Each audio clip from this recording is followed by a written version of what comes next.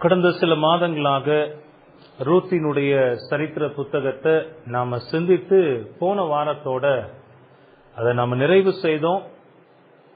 ரொம்ப ஆச்சரியமான ஆசீர்வாதமான ஒரு புத்தகம் அது. ரூத்தை முடிக்க போகிறோமே அப்படிங்கிற ஒரு வருத்தமும் எனக்கு இருந்தது. ஒரு சகோதரர் கூட அதை பகிர்ந்து கொண்டார். ரூத்தை இவ்வளவு சீக்கிரம் முடிஞ்ச மாதிரி இருக்கேன். ஏன் அப்படின்னா, அந்த ரூத் புத்தகத்தை நாம சிந்திக்கிற போது காலங்களுக்கெல்லாம் முன்ன போய் அந்த ஒரு கால பயணம்னு சொல்லுவாங்க, அந்த மாதிரி கால பயணம் செய்து அந்த கதாபாத்திரங்களோடு சேர்ந்து வாழ்ந்த ஒரு அனுபவம் நமக்கு அந்த ரூத் புத்தகத்தின் மூலமாக கிடைத்தது. நல்ல பாடங்களை படிக்க ஆண்டவர் உதவி செய்தார். சோ இந்த நாள்ல அதனுடைய மீள் பார்வையை நான் உங்களுக்கு கொடுக்க இருக்கிறேன். ரூத் புத்தகத்தை பற்றிய ஒரு மீள் பார்வை, எப்படி படிக்க ஆரம்பித்தோம், எங்க நிறைவு செய்தோம், இதுதான் இன்னைக்கு நான் செய்ய போகிறேன். இதுக்கு இடையில நாம இந்த புத்தகத்துல படித்து கொண்ட முக்கியமான சம்பவங்கள் என்ன, அதெல்லாம் உங்களுக்கு நினைவுபடுத்தி சில முக்கியமான பாடங்களோடு இந்த செய்தியை நான் நிறைவு செய்ய யோசிக்கிறேன். ஆண்டவர் உதவி செய்யட்டும். இதுவரைக்கும் 19 வாரங்களாக இந்த ரூத் புத்தகத்தை நாம படித்திருக்கிறோம். இந்த செய்தியோட சேர்த்தா 20 பிரசங்கங்களை நாம கேட்டிருக்கிறோம். இந்த புத்தகம் நியாயாதிபதிகளினுடைய காலத்துல நடந்த சம்பவங்களை விவரிக்கிற புத்தகமாக இருக்கிறதுன்றத நாம் அறிந்திருக்கிறோம். ஒரு சில வேத வல்லுநர்கள் சொல்லுகிறார்கள், அவர்களுடைய நம்பிக்கை என்னன்னா, ஏலி இஸ்ரவேல் மக்களை நியாயம் விசாரித்த அந்த கால பகுதியில இது நடந்திருக்கலாம் என்று ஒரு நம்பிக்கை இருக்கிறது. ஆனா உறுதியா நமக்கு அது தெரியவில்லை. இந்த புத்தகத்தை நாம பார்க்கிற போது அது ஆரம்பத்திலேயே சொல்லுகிறது, நியாயாதிபதிகள் நியாயம் விசாரித்து வந்த நாட்களில் என்று. அது நம்ம ரொம்ப நியாயாதிபதிகளின் காலத்தை பற்றி எல்லாம் நம்ம சிந்தித்து பார்த்தோம். இந்த புத்தகம் வெறுமையில் ஆரம்பித்து முழுமையில் முடிகிறது. ரொம்ப சுருக்கமா சொல்லணும்னா, வெறுமையில் ஆரம்பித்து முழுமையில் முடிகிறது, மரணத்தில் ஆரம்பித்து ஜீவனில் முடிகிறது. இந்த புத்தகத்துல நடக்கிற சம்பவங்கள் எல்லாம் ஒரு குடும்பத்தை சுற்றிலும், அந்த குடும்பத்தில் நடக்கிற சம்பவங்களாக இருந்த போதிலும் அதெல்லாம் அந்த குடும்பத்தோட நிக்கிற ஒரு சம்பவங்கள் அல்ல, முழு இஸ்ரவேல் நாட்டோடு ரொம்ப நெருங்கிய தொடர்புடைய சம்பவங்களாகவே இருந்திருக்கிறது. சோ இந்த புத்தகத்தை நாம படித்து முடித்திருக்கிறோம். இந்த புத்தகத்தின் மூலமாக கடவுள் தம்முடைய மீட்பின் திட்டத்தை எப்படி வரலாற்றில் செயல்படுத்தி இருக்கிறார் என்பதை தான் நாம பார்த்திருக்கிறோம். கடவுளுடைய மீட்பின் திட்டத்தை வரலாற்றில் அவர் எப்படி செய்திருக்கிறார் என்பதை விளக்குகிற ஒரு அற்புதமான புத்தகமாக இந்த ரூத் புத்தகம் இருக்கிறது. அது மட்டும் இல்ல, இந்த புத்தகம் கடவுளுடைய சர்வ ஏகாதிபத்தியத்திற்கு, இந்த சர்வ ஏகாதிபத்தியம் என்று சொல்லுகிற போது நிறைய நேரங்கள்ல நம்ம பயன்படுத்துகிற அந்த வார்த்தைகளுக்கான அர்த்தத்தை தெரியாமலேயே நாம பயன்படுத்துகிறோம். சர்வ ஏகாதிபத்தியர் அப்படின்னா அவரே எல்லாவற்றையும் செய்கிறவர், எல்லாவற்றையும் செய்யக்கூடிய வல்லமையுடையவர். இன்னும் ரொம்ப சிறப்பா சொல்லணும்னா, அவரே எல்லாவற்றையும் தம்முடைய திட்டத்தின்படி, தம்முடைய பரிசுத்த நோக்கங்களை நிறைவேற்றிக் கொள்வதற்காக முழு சுதந்திரத்தோடு எந்தவித தடையும் இல்லாமல் செயல்படுதல், அததான் அந்த சர்வ ஏகாதிபத்தியர் என்கிற அந்த வார்த்தை விளக்குகிறது. பாருங்க, அதுல எவ்வளவு விஷயம் இருக்கு பாருங்களேன். ஒரு சின்ன வார்த்தை, சர்வ ஏகாதிபத்தியர். அவர் எல்லாவற்றையும் அவருடைய திட்டத்தின்படி செய்கிறார். அவருடைய பரிசுத்த நோக்கம், அந்த நோக்கம்னு சொல்லும் போது கூட பரிசுத்த நோக்கம்னு சொல்லுகிறது தான் சரியாக இருக்கும். நீங்க நல்ல இறையியல் வல்லுநர்கள் எழுதியிருக்கிற புத்தகங்கள் எல்லாம் வாசிங்கன்னா அப்படிதான் சொல்லியிருப்பாங்க. ஏன்னா அவருடைய நோக்கங்கள் எல்லாமே பரிசுத்த நோக்கங்கள் தான். அவருடைய பரிசுத்த நோக்கங்களை நிறைவேற்றுவதற்காக முழு சுதந்திரத்தோடு கடவுள் செயல்படுகிறார். எந்தவித தடையும் அவருக்கு முன்பாக இருக்கிறதில்லை. வேதம் சொல்லுது, அவர் செயல்படுகிற போது அவருடைய கரங்களை தடுத்து நிறுத்தி ஏன் இப்படி செய்கிறீர் என்று கேட்கத்தக்கவன் ஒருவனும் இல்லை. நம்ம பார்த்துட்டு வர்ற புத்தகங்கள் எல்லாம் கடவுளுடைய சர்வ ஏகாதிபத்தியத்தை பார்க்கிறோம். ரொம்ப அருமையா இதுக்கு முந்தி நாம படிச்சு முடிச்ச யோனாவினுடைய புத்தகத்தை பாருங்களேன். அதுல அவருடைய சர்வ ஏகாதிபத்தியத்தை பார்த்தோம். இந்த ரூத் புத்தகத்திலையும் கூட கடவுளுடைய சர்வ ஏகாதிபத்தியத்தை நாம் பார்க்கிறோம். அதை விளக்குகிற அருமையான ஒரு புத்தகமாக இந்த புத்தகம் இருக்கிறது. இந்த புத்தகம் கடவுளுடைய பராமரிப்பின் செயல்களை விளக்குகிற புத்தகமாகவும் இருக்கிறது. முதல் அதிகாரத்துல சூரியன் மறைகிறது. நீங்க நல்ல இந்த சீர்திருத்த போதனைகளை போதிக்கிற பிரசங்கிகள் இந்த ரூத் புத்தகத்துல கொடுத்திருக்கிற விளக்கங்கள் எல்லாம் நீங்க பார்த்தீங்கன்னா அவங்க இதை ஒரு டிராமான்னு சொல்லுவாங்க. இது ஒரு அருமையான ஒரு நாடகம் போன்றது. கடவுளுடைய செயல்ல நடந்த ஒரு நாடகம். அதுல பல கதாபாத்திரங்கள், பல இடங்கள், பல காட்சிகள், பல சூழ்நிலைகள், பல சம்பவங்கள், இதெல்லாம் கடவுள் அந்த நாடகத்துல நடத்தி கொண்டிருக்கிறார். முதல் அதிகாரத்துல பாத்தீங்கன்னா சூரியன் மறைகிறது. கடைசி அதிகாரம் நம்ம படிச்சு போன வாரம் முடியும் போது மறைந்த சூரியன் உதித்ததுன்னு பார்த்தோம். அப்படி ஒரு அற்புதமான ஒரு புத்தகம். இந்த 4 அதிகாரங்களுக்கு இடையில பல வருடங்களாக நடந்த நிகழ்வுகள்ல கர்த்தருடைய கரம் எப்படியெல்லாம் வல்லமையாக செயல்பட்டிருக்கிறதுங்கிறத நம்மால பார்க்க முடிகிறது. இந்த ஆராதனையில சங்கீதம் 66 காலை ஆரம்பத்துல நம்ம வாசித்தோம். அதுல நீங்க பாத்தீங்கன்னா இதெல்லாம் உள்ளடக்கமாக வரும். அந்த சங்கீதக்காரன் அதை உணர்ந்துதான் பாடி இருக்கிறார். கர்த்தருடைய வல்லமையான செயல்களை பார்த்து அவரை துதியுங்கள். அவர் எப்படியெல்லாம் செயல்பட்டிருக்கிறார். அவர் சில நேரங்கள்ல வருத்தங்களையும் துன்பங்களையும் கூட அவருடைய மக்களுடைய வாழ்க்கையில கொடுக்கிறார். அது அவர்களை அழிப்பதற்காக அல்ல, அது அவர்களுடைய நன்மைக்காக. அதிலிருந்து விடுவிக்கப்பட்ட பிறகு சங்கீதக்காரன் சொல்லுகிறான், நான் செய்து கொண்ட பொருத்தனைகளை உங்களுடைய ஆலயத்தில் செலுத்துவேன். ரூத் புத்தகத்தை பாருங்க, அப்படிதான் இருக்கும். ஆண்டவருடைய அந்த வல்லமையான கரம் அவருக்கு எதிராக நடந்தவர்களை தண்டித்திருக்கிறது. அதே சமயத்துல அவருடைய மக்களை அற்புதமாக பராமரித்து வழிநடத்தி வந்திருக்கிறது. பல வருடங்களாக நடந்த அந்த நிகழ்ச்சிகள்ல கர்த்தருடைய கரம் எப்படியெல்லாம் செயல்பட்டிருக்கிறதுங்கிறதெல்லாம் நம்ம பார்த்திருக்கிறோம். இதெல்லாம் இந்த புத்தகத்தை பத்தின ஒரு பொதுவான பார்வை. இப்ப நான் என்ன செய்ய போகிறேன்னா 2 காரியங்களை நான் செய்ய போகிறேன். முதலாவது, இந்த புத்தகத்தை நம்ம படிக்க ஆரம்பித்த போது அந்த புத்தகத்தை பத்தின பொதுவான ஒரு விளக்கங்களை நம்ம பார்த்தோம் இல்லையா, அதை மறுபடியும் நான் நினைவுபடுத்த போகிறேன். முதல் பிரசங்கத்துல, அறிமுக பிரசங்கத்துல இந்த புத்தகத்தினுடைய தனி சிறப்புகளாக ஒரு 7 குறிப்புகளை பார்த்தோம். அந்த 7 குறிப்புகளை மறுபடியும் நினைவுபடுத்தி அந்த குறிப்புகள் எல்லாம் எப்படி இந்த புத்தகத்தோடு பொருந்தி போயிருக்கிறது என்பதை நான் உங்களுக்கு விளக்க போகிறேன். அதற்கு பிறகு இந்த புத்தகத்துல நடந்த முக்கியமான சம்பவங்கள் எல்லாம் தொகுத்து ஒரு மீள்பார்வையாக ரொம்ப சுருக்கமாக கொடுத்து சில பயன்பாடுகளோட இதை நாம நிறைவு செய்யலாம். இந்த புத்தகத்தை படிக்க ஆரம்பித்த போது பொதுவான தலைப்புன்னு நான் கொடுத்தது உங்களுக்கு ஞாபகம் இருக்கலாம். ஞாபகம் இருக்கா உங்களுக்கு? பொதுவான தலைப்பு ரூத் புத்தகத்துக்கு நான் கொடுத்த அந்த பொதுவான தலைப்பு, மீட்பின் உடன்படிக்கையில் கடவுளின் அற்புதமான பராமரிப்பு. மீட்பின் உடன்படிக்கையில் அது 2 காரியம் இருக்கு பாருங்க. கடவுளுடைய மீட்பின் உடன்படிக்கை இருக்கு. கடவுள் எப்பவுமே அந்த உடன்படிக்கையின் தேவனாக செயல்படுகிறவர்னு வேதம் சொல்லுகிறது. இங்கேயும் தன்னுடைய மீட்பின் உடன்படிக்கையை ஆண்டவர் எப்படி செயல்படுத்தி இருக்கிறார் என்பதை தான் பார்க்கிறோம். அந்த மீட்பின் உடன்படிக்கையில கடவுள் செயல்பட்ட போது அவருடைய அற்புதமான பராமரிப்பை குறித்து நாம பார்த்திருக்கிறோம். இந்த 2 சத்தியங்களும், அவருடைய மீட்பின் உடன்படிக்கையும் சரி, அவருடைய பராமரிப்பும் சரி, இது பின்னி பிணைந்திருக்கிற வரலாற்று சம்பவங்களால் நிறைந்ததுதான் இந்த ரூத் சரித்திரம்னு நாம பார்க்கிறோம். ஆரம்பத்துல இதை நான் சொல்லியிருந்தேன். நீங்க இப்ப திரும்பி பார்க்கும்போது இதெல்லாம் பார்க்கலாம். கடவுளுடைய மீட்பின் திட்டம் எப்படி செயல்பட்டிருக்கிறது, அவருடைய அற்புதமான பராமரிப்பு எப்படியெல்லாம் அவருடைய மக்களுடைய வாழ்க்கையில செயல்பட்டிருக்கின்றத நம்ம பார்க்க முடியும். மொத்தம் 4 அதிகாரம், 84 வசனம் தான் அதுல இருக்கு. ரொம்ப ரொம்ப சின்ன புத்தகம். ஆனா அந்த சின்ன புத்தகத்துல எவ்வளவு விஷயங்கள் நடந்திருக்குன்றத நம்ம பார்த்திருக்கிறோம். இந்த புத்தகத்தை பத்தின பொதுவான சில அம்சங்களை நாம பார்க்கலாம். எப்பவுமே ஒரு புத்தகத்தை நாம கவனிக்கிற போது 4 கேள்விகளை கேட்டாகணும்.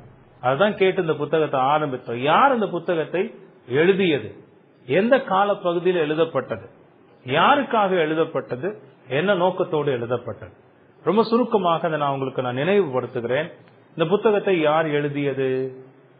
யார் எழுதியதுன்னு உறுதியாக நமக்கு தெரியாதுன்னு பார்த்தோம். இருந்தாலும் வரலாற்றில் நம்பப்படுகிற ஒரு காரியம் என்னன்னா, தீர்க்கதரிசியாக சாமுவேல் இந்த புத்தகத்தை எழுதியிருக்கலாம் என்று நம்பப்படுகிறது. ஆகவே அதையே நாம நம்பலாம். சாமுவேல் இந்த புத்தகத்தை எழுதியிருக்கலாம் என்று நாம நம்பலாம்.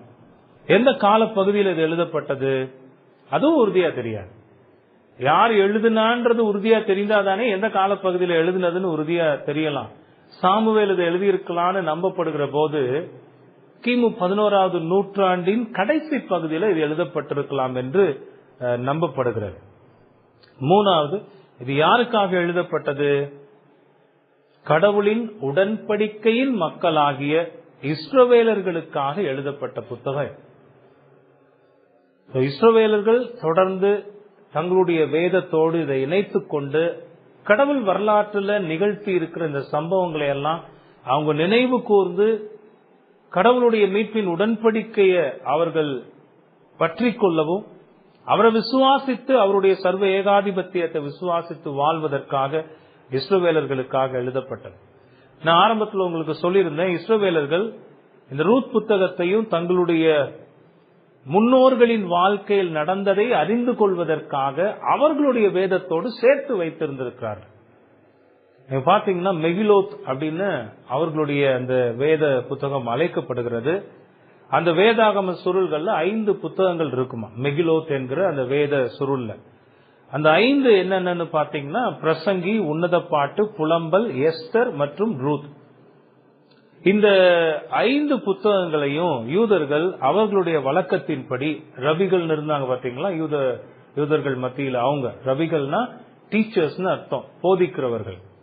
வருடத்துல 5 முறை சிறப்பான காலங்கள்ல இந்த புத்தகங்கள் எல்லாம் எடுத்து வாசிப்பாங்களாம். அப்படி வாசிக்கிற ஒரு முக்கியமான புத்தகமாக இந்த ரூத் புத்தகம் இருந்திருக்கிறது.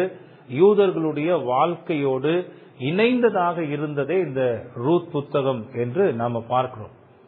கடவுளுடைய உடன்படிக்கையின் மக்களாக இருந்த இஸ்ரவேலர்களுக்காக இது எழுதப்பட்டது. இன்னைக்கு நாமும் கூட இந்த வேதத்துல ரூத் புத்தகத்தை வாசிக்கிறோம். அதன் மூலமாக பல சத்தியங்களை அறிந்து கொள்கிறோம். 4வது, என்ன நோக்கத்தோடு எழுதப்பட்டது? ரொம்ப முக்கியம். இந்த புத்தகத்தினுடைய மைய போதனை என்ன? மீட்பின் உடன்படிக்கையில் கர்த்தரின் அற்புதமான பராமரிப்பு, அதை விளக்குவதுதான் இந்த புத்தகத்தினுடைய நோக்கமாக இருந்திருக்கிறது. யோசுவா மற்றும் நியாயாதிபதிகள் புத்தகங்களை நம்ம பார்க்கும்போது கர்த்தரால் வாக்குத்தத்தம் பண்ணப்பட்ட அந்த தேசத்தின் மேன்மையை பற்றியும் அதை எப்படி அவர்கள் சுதந்திரித்துக் கொண்டார்கள் என்பதை பற்றியும் நாம வாசிக்க முடியும். இந்த ரூத் புத்தகம் தேவன் தம்முடைய முற்பிதாக்களுக்கு வாக்குத்தத்தம் பண்ணப்பட்ட மேசியா எப்படி வருவார், அவருடைய மேசியாவின் வம்ச வழியை விளக்குகிற ஒரு அற்புதமான புத்தகமாக இது இருக்கிறது. நோக்கம்னு பார்த்தோம்னா கடவுளுடைய மீட்பின் திட்டத்தை விளக்குகிற ஒரு புத்தகமாக இருந்திருக்கிறது. இதெல்லாம் நம்ம ஆரம்பத்தில் இந்த புத்தகத்தை பற்றி ரொம்ப விளக்கமாக பார்த்திருக்கோம். நான் சுருக்கமாக சொல்லிட்டேன். இதுதான் அந்த புத்தகத்தை பற்றின ஒரு பொதுவான சில கேள்விகள். 2வது, இந்த புத்தகத்தினுடைய தனி சிறப்புகளாக நாம் ஏற்கனவே பார்த்ததை இந்த புத்தகத்தை படித்து முடித்த பிறகு ஒப்பிட்டு பார்க்கலாம். இந்த புத்தகத்தின் தனி சிறப்புகள் என்ன? இந்த புத்தகத்தை வாசிக்கிற போது இந்த புத்தகம் ரொம்ப தனி சிறப்புகள் எல்லாம் தன்னுள் கொண்டிருக்கிறத நம்ம பார்த்து இருக்கிறோம். ஆரம்பத்தில் ஒரு 7 குறிப்புகளை நான் சொல்லியிருந்தேன். அந்த 7 குறிப்புகளையும் இப்ப நாம பார்க்கலாம். அதுல எப்படியெல்லாம் இந்த ரூத் புத்தகத்தை நாம படிக்கும் போது சம்பவங்கள் ஒன்றி போயிருக்கிறதுன்றத பார்க்கலாம். முதல்ல என்ன சிறப்பு? ஒரு பெண்ணின் பெயரை தாங்கி நிற்பது இந்த புத்தகத்தின் முதலாவது சிறப்பாக இருக்கிறது. புத்தகத்தினுடைய பெயரே ரூத். 2 புத்தகம் தான் வேதம் முழுவதிலும் பெண்களுடைய பெயரை தாங்கி நிற்கிறது. ஒன்னு எஸ்தர் மற்றும் ரூத்.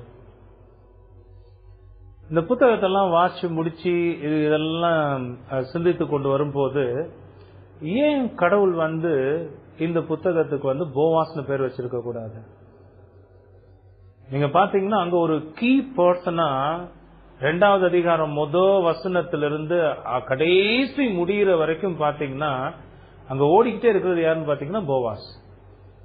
ஏன் போவாஸ்னு வைத்திருக்க கூடாது அப்படின்னு யோசிச்சு பார்த்தா அது அவருடைய சித்தம். நம்ம யோசிச்சு என்ன செய்யறது? இந்த புத்தகத்துக்கு ரூத்துன்னு பேர் வைக்கணும்னு அவர் சித்தம் வைத்திருக்கிறார். ஆனா அப்படி ரூத்துன்னு வைப்பதற்கும் முக்கியமான காரணம் இருக்கா இல்லையா? ரூத்தை பத்தி நம்ம படிச்சோமே, ரூத்தினுடைய அந்த எமினன்ட் கேரக்டர்ஸ் சொல்றோம் பாத்தீங்களா, அது எவ்வளவு அருமையா பிரகாசித்து ஒளிந்திருக்கிறது.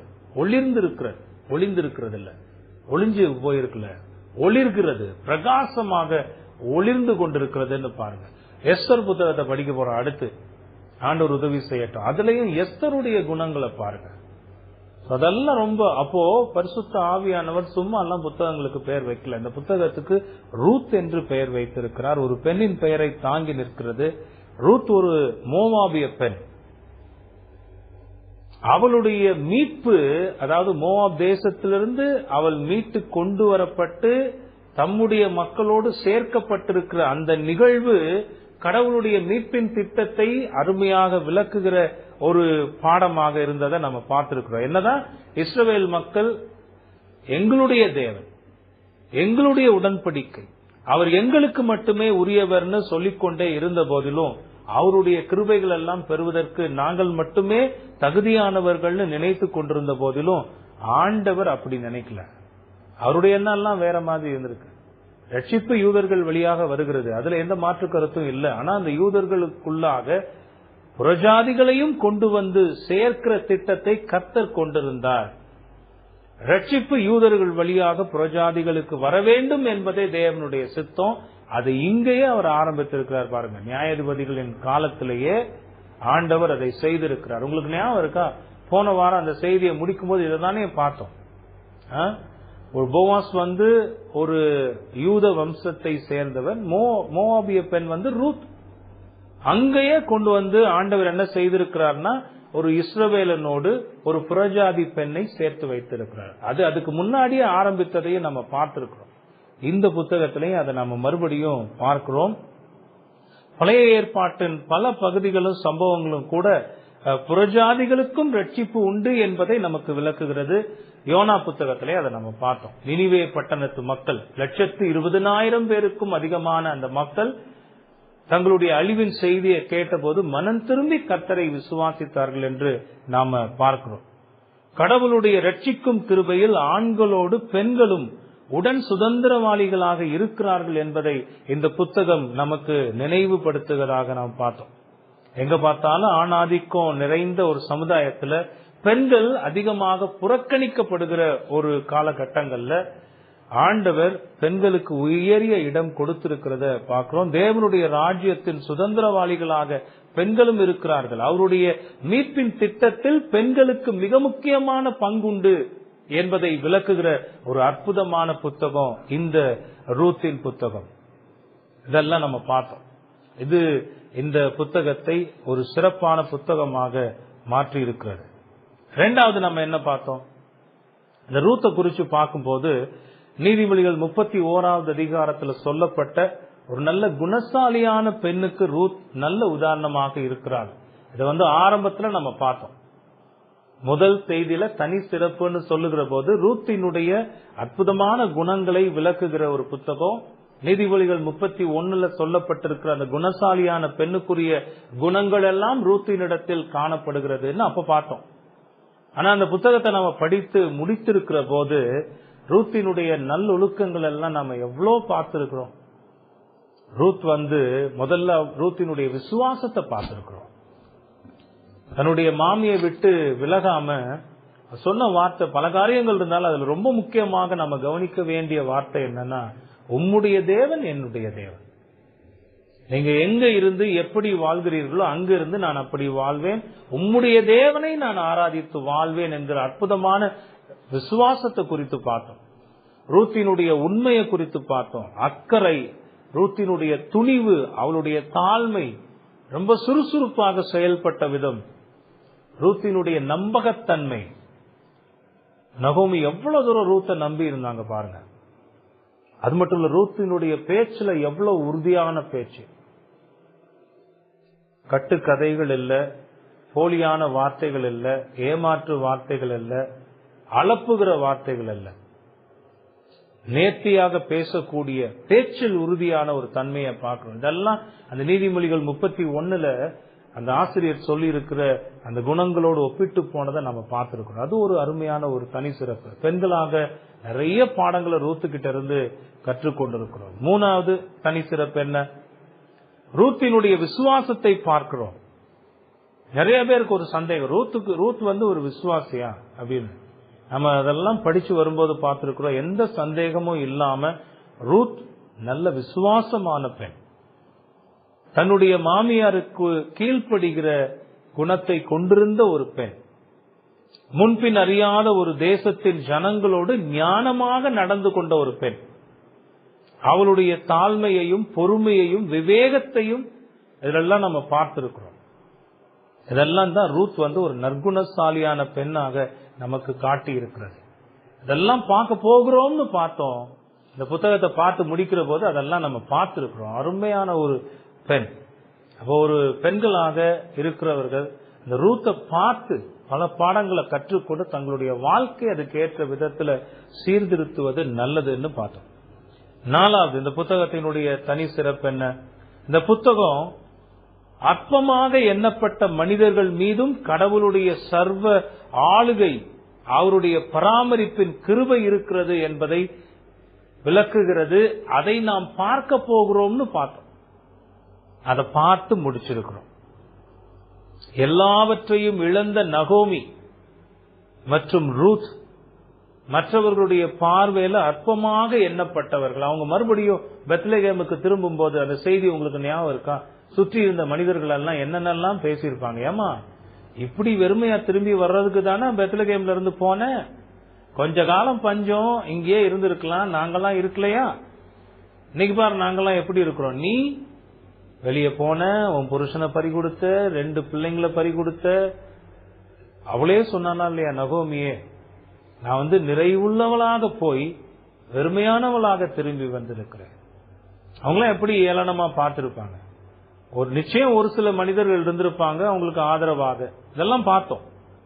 அற்பமாக எண்ணப்பட்ட மனிதர்கள் மீதும் கூட கடவுளுடைய சர்வ ஆளுகையும் பராமரிப்பின் கிருபையும் இருந்ததை நாம பார்த்திருக்கிறோம். அவங்களுடைய வாழ்க்கை எப்படி மாற்றப்பட்டிருக்கிறது. அதிகாரங்கள் உருண்டோட அந்த கடைசி பகுதியில பார்த்தோம்னா மறைந்த சூரியன் உதித்ததுன்னு நம்ம பார்க்கும்போது அந்த நகோமியினுடைய வாழ்க்கையும் ரூத்தினுடைய வாழ்க்கை எவ்வளவு அற்புதமாக மாறியது. அதுக்கு யார் காரணம்? நகோமி போட்ட திட்டம் காரணமா? ரூத் செய்த செயல் காரணமா? இல்ல, அவைகளுக்கு பின்பாக இருந்த கடவுளுடைய செயல், அவருடைய சர்வ ஆளுகை, அவருடைய பராமரிப்பின் கிருபை. இது அற்புதமாக இந்த புத்தகம் நமக்கு விளக்கி இருக்கிறது. இந்த புத்தகத்தினுடைய தனி சிறப்புகள்ல இது ஒண்ணு. 5வது மேசியானிக் லைன் சொல்லுவோம்ல, மேசியாவினுடைய வம்சவழி, அதை குறிக்கிற போது இந்த ரூத்தினுடைய பெயரும் இடம் பெற்றிருக்கிறத நம்ம பார்க்கிறோம். மத்தேயு 1 அதை பார்க்கிறோம். ரூத் தாமாரோடும் ராகாபோடும் பத்சேபாலோடும் ஆண்டவருடைய வம்ச வரலாற்று பெயர் பட்டியல்ல இடம் பெற்றிருக்கிற ஒரு பெண். அது இந்த புத்தகத்தை ரொம்ப சிறப்பாக ஆக்கி இருக்கிறது. ரூத்தை போவாசோடு கொண்டு சேர்த்து அவர்களுக்கு பிறந்த ஓபேத், அதன் வழியாக தாவீது, தாவீதின் வழியாக மேசியா வர வேண்டும் என்பது ஆண்டவருடைய திட்டம். அதை அவர் எப்படி செயல்படுத்தினார்ங்கிறத இந்த புத்தகம் நமக்கு காட்டி இருக்கிறது. கடைசியாக அந்த புத்தகத்தை படிக்கும்போது அந்த வம்ச வழியை படித்து முடித்தோம் இல்லையா? அப்ப அந்த மேசியாவினுடைய வம்ச வழியை நாம் அறிந்து கொள்வதற்கு உதவி செய்யக்கூடிய அற்புதமான சம்பவங்கள் அடங்கிய ஒரு சிறப்பான புத்தகமாக இந்த ரூத் புத்தகம் இருக்கிறதுன்னு நம்ம பார்த்தோம். 6வது தனி சிறப்பு என்ன? இயேசு கிறிஸ்துவுக்கு முன்னடையாளமாக பார்க்கப்படுகின்ற போவாஸ், அவரை பத்தியும் அவருடைய நல்ல குணாதிசயங்களையும் விளக்குகிற புத்தகமாக இருக்கிறது. ஆரம்பத்திலே இதை சொல்லிட்டு போவாச குறித்து படிக்கிற போது அவர் வெளிப்படுத்தின அவருடைய குணங்களை எல்லாம் பார்த்து நம்ம ஆண்டவராகிய இயேசு கிறிஸ்துவை பார்க்கலையா? நம்முடைய போவாசாகிய இயேசு கிறிஸ்துன்னு பார்த்தோம். போவாசுடைய குணங்கள். போவாஸ் ஆண்டவருக்கு முன்னடையாளமாக இருந்தவர்னு பார்த்தோம். அவரை கின்ஸ்மேன் ரிடீமர்னு சொல்லுவாங்க, மீட்கும் உரிமையாளர். அதெல்லாம் நம்ம பார்த்தோம் விவரமா. ஆண்டவராகிய இயேசு கிறிஸ்து நம்மை மீட்கும் உரிமையாளர். அந்த மீட்கக்கூடிய தகுதி அவருக்கு மட்டுமே இருக்கிறது. ஆரம்பத்துல ஒரு தனி சிறப்பா இதை பார்க்க போகிறோம்னு பார்த்தோம். இந்த புத்தகம் முழுவதையும் நாம் கடந்து சென்ற போது மேசியாவாகிய இயேசு கிறிஸ்து எப்படி என்னுடைய கின்ஸ்மேன் ரிடீமரா இருக்கிறார், என்னை மீட்கும் உரிமையாளராக இருக்கிறார், என்னை மீட்கக்கூடிய தகுதி நிறைந்தவராக அவரே இருக்கிறார்னு நம்ம பார்த்து முடிச்சிருக்கிறோம். கடைசி 7வது தனி சிறப்பு என்னன்னா, யூதாவின் வம்சத்தில் வந்த தாவீதையும் தாவீதின் வம்சத்தில் வந்த யூதா கோத்திரத்து சிங்கமாகிய இயேசு கிறிஸ்துவையும் படம் பிடித்து காட்டுகிற ஒரு புத்தகம். அப்படின்னா ஆண்டவருடைய மீட்பின் உடன்படிக்கையை உறுதிப்படுத்துகிற, நினைவுபடுத்துகிற ஒரு புத்தகமாக இந்த புத்தகம் இருந்திருக்கிறது. ஆகிய இத்தனை சிறப்பு அம்சங்களையும் நம்ம பார்த்திருக்கிறோம். ஆரம்பத்துல இதெல்லாம் பார்க்க போகிறோம்னு சொல்லி இதெல்லாம் பார்த்து முடிச்சிருக்கோம். இப்ப இந்த புத்தகத்தை பத்தின ஒரு பொதுவான பார்வையை நான் நினைவுபடுத்தினேன். இந்த புத்தகத்தினுடைய தனி சிறப்புகளை சுருக்கமாக நினைவுபடுத்திட்டேன். இப்ப இந்த புத்தகத்துல நம்ம பார்த்த சில முக்கிய சம்பவங்களையும் நம்ம பார்க்கலாம். ஃப்ரம் டாப் டு பாட்டம்னு சொல்லுவோம்ல, ஆரம்பத்துல இருந்து முடிவு வரைக்கும் கொஞ்சம் வேகமாக இந்த புத்தகத்துல என்னென்ன சம்பவங்கள் எல்லாம் நடந்ததுன்னு நம்ம பார்க்கலாம். இதெல்லாமே நான் எப்படி விளக்க போகிறேன்னா, அந்த ஒவ்வொரு செய்திக்கும் நான் கொடுத்த தலைப்பின் அடிப்படையிலேயே சுருக்கமாக அதை சொல்லலாம்னு நான் நினைக்கிறேன். அப்போ அந்த செய்தியையும் நாம நினைவுபடுத்தின மாதிரி இருக்கும், அந்த புத்தகத்தையும் ஓவராலா நம்ம பார்த்த மாதிரி இருக்கும். முதல்ல நம்ம பார்த்தது அப்பத்தின் வீட்டில் அப்பம் இல்லை, அப்படிதான் ஆரம்பிச்சோம். முன்னுரைய அந்த ரூத் புத்தகத்துக்கான முன்னுரை கொடுத்த பிறகு அப்பத்தின் வீட்டில் அப்பம் இல்லை. ஒரு கேள்வி கேட்டோம், ஏன் அப்பத்தின் வீட்டில் அப்பம் இல்லை? பெத்லகேம் அப்படின்னாலே அப்பத்தின் வீடு, ஹவுஸ் ஆஃப் பிரெட், அதுதான் அதனுடைய அர்த்தம். ஆண்டவருடைய அற்புதமான ஆசீர்வாதம் தங்கி இருக்கிற இடம், அவருடைய வீடு. அவருடைய வீட்டுல அப்பம் இல்லாமல் போனதற்கு என்ன காரணம்? அந்த செய்தியில அதை தான் சிந்தித்து பார்த்தோம். ரூத் 1வது அதிகாரம் 1 வசனத்துல நியாயாதிபதிகள் நியாயம் விசாரித்து கொண்டிருந்த காலத்தில், அந்த வார்த்தைகளே நமக்கு அதற்கான காரணத்தை கொடுத்தது. நியாயாதிபதிகளுடைய காலங்கள்ல மக்கள் கர்த்தரை மறந்து கர்த்தருடைய வார்த்தைகள் எல்லாம் விட்டு அவனவன் தன் தன் பார்வைக்கு நலமானபடி செய்து கொண்டு பாவத்துல திளைத்து வாழ்ந்து கொண்டிருந்த காலப்பகுதி அது. கர்த்தருடைய வார்த்தைகளை மதிக்கல, தங்களுடைய வழிகளின்படி நடந்து தேசம் முழுவதையுமே பாவத்துல மூழ்கி இருந்த ஒரு காலப்பகுதி அது. அந்த காலப்பகுதியில தான் கர்த்தர் பஞ்சத்தை வருவிக்கிறார். அந்த பஞ்சத்தின் மூலமாக கர்த்தர் மக்களோடு பேசுகிறார். அங்க ரொம்ப கொடுமையான பஞ்சம் வருது. அந்த பஞ்சத்துல தாக்கு பிடிக்க முடியாததுனாலதான் எலிமலேக்கும் அவருடைய குடும்பத்தாரும் பெத்லகேமை விட்டு பயணிக்கிறத நம்ம பார்க்கிறோம். அப்ப அந்த பஞ்சத்துக்கு என்ன காரணம்? கர்த்தரையும் அவருடைய வார்த்தைகளையும் மதிக்காம, அவருடைய வார்த்தைகள் எல்லாம் மறந்து தங்களுடைய இருதய இச்சைகளின்படி செய்து பாவத்துல வாழ்ந்ததுதான் காரணம். கர்த்தரே பஞ்சத்தை வருவித்தார். நம்ம பார்த்தோம். ஏன் ஆண்டவர் அப்படி செயல்படுகிறார் அப்படின்னா, தம்முடைய மக்கள் மனம் திரும்புவதற்காக இப்படிப்பட்ட துன்பங்களை கர்த்தர் அனுமதிக்கிறவராக இருக்கிறார்னு நம்ம பார்த்தோம். நல்ல பயன்பாடுகள்லாம் அதை பார்த்தோம். கர்த்தர் அப்படி துன்பங்களை அனுமதிக்கிற போது ஒருபோதும் தம்முடைய மக்களை அழிப்பதற்காக அவர் அதை என்ன செய்யல, அனுமதிக்கல. அது அவர்கள் குணப்படுவதற்காக, அவர்களுடைய நன்மைக்காகவே அதை அனுமதிக்கிறார்னு பார்த்தோம். என்ன காரணத்தினால அப்பத்தின் வீட்டில் அப்பம் இல்லாமல் போனது? பாவத்தின் காரணமாக வந்த பஞ்சத்தின் விளைவாக அப்பத்தின் வீட்டில் அப்பம் இல்லாமல் போனதுன்னு நம்ம பார்த்தோம். இப்படிதான் அந்த புத்தகம் ஆரம்பிக்குது. 2வது ஒரு சம்பவம், இப்ப பஞ்சம் அங்க நடந்துகிட்டு இருக்கு, ரொம்ப கொடுமையா இருக்கு.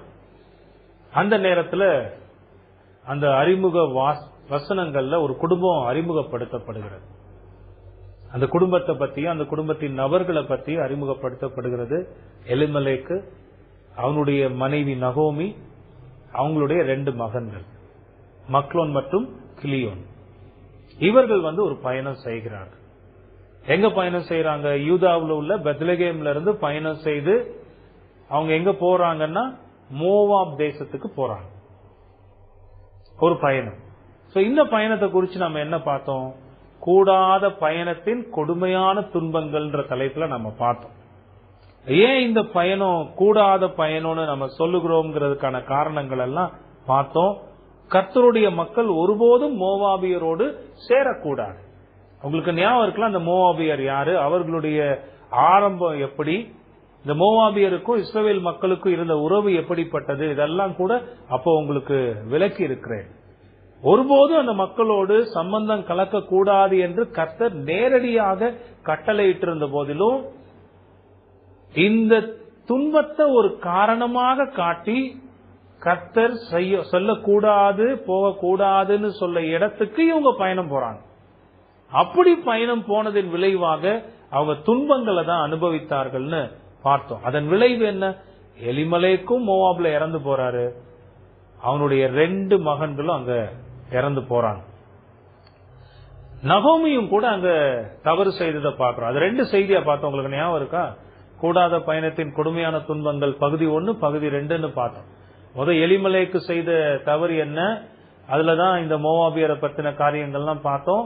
அங்க போன பிறகு எலிமலேக்கு நடந்தது என்னன்னு பார்த்தோம். நகோமி செய்த தவறுகள் என்னன்றதை அடுத்து பார்த்தோம். இந்த நகோமியும் கூட தன்னுடைய கணவன் இறந்த பிறகு செய்யக்கூடாத காரியத்தை செய்து விட்டாள்.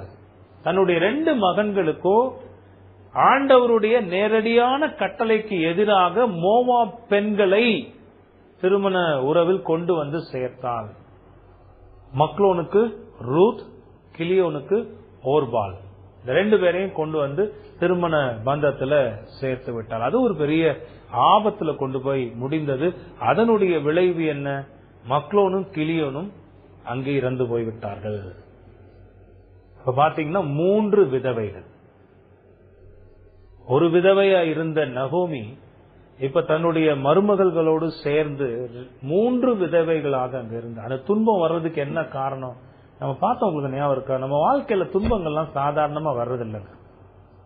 ஆண்டவர் பலமுறை பேசுவார், தெளிவாக பேசுவார், நாம உணர்ந்து கொள்ளும்படி பேசுவார், நமக்கு உணர்த்தும்படிக்கு பேசுவார்.